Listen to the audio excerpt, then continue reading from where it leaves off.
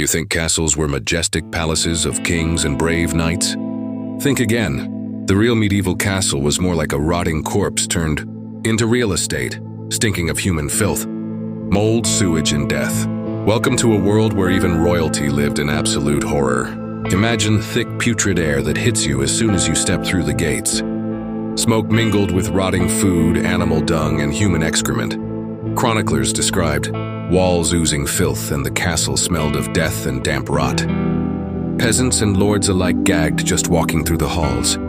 These stone fortresses weren't air-conditioned. They were damp, cold, and perfect breeding grounds for mold and mildew. Castles lacked plumbing. Latrines hung over the moat or courtyard, open to wind and flies. Human waste fell into open pits. Imagine the stench wafting directly into feast halls. Everyone used the same smell-tortured corridors.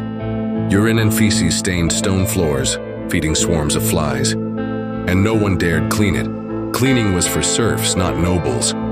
Castles were cold, dank, and hidden from sunlight. Sunlight kills mold. But dark corridors didn't get any. Tapestries, carpets, and bedding all trapped moisture. Mold ate the fabric and your respiratory system. Evidence medieval physicians warned that rotten air caused constant sickness, coughs, lung problems, even death. When someone died, the body often lay in the castle for days. No refrigeration, no embalming, just decomposition.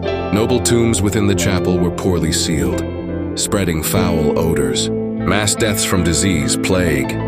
Dysentery meant human remains sometimes piled in corners. The smell invaded every chamber.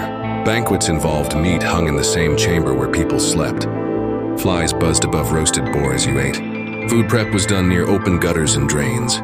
Many meat pieces spoiled but were still served. Who complains to the king? Drinking vessels were reused. Wine barrels leaked. Moldy bread was swallowed anyway. Rats the size of cats ran freely. They wandered across dining tables and beds. Fleas and lice infested clothing and hair. Bed bugs fed at night. Servants recount using smoke or vinegar sprays, but rarely worked. The pests and their feces only added to the stench. Constant smell triggered nausea, headaches, depression. People slept in clothes to avoid moldy sheets. Chronic illness was the norm. Noble children grew up coughing. Pregnant women miscarried. The wealthy might seal off unused towers just to escape, but that only locked them in. Damp isolation. Royals burned incense and used lavender bunches or vinegar. Pomanders to mask odors, temporary relief. Stone floors sprinkled with crushed herbs. Rushes or straw, but soaked with urine. So quickly they became disgusting mess themselves. Finally, Renaissance rulers built better drainage, separate kitchens and privies. But for centuries, the smell reigned supreme. Castles represent power and glory, but underneath the stones lay unimaginable misery. Today's sanitized castles and medieval cliches gloss over decades of stench and suffering. Real medieval life was survival, not glamour. So next time you dream of knights in shining armor, remember, medieval castles didn't smell like roses. They were living nightmares. And if that horrifies you, well, welcome to True History.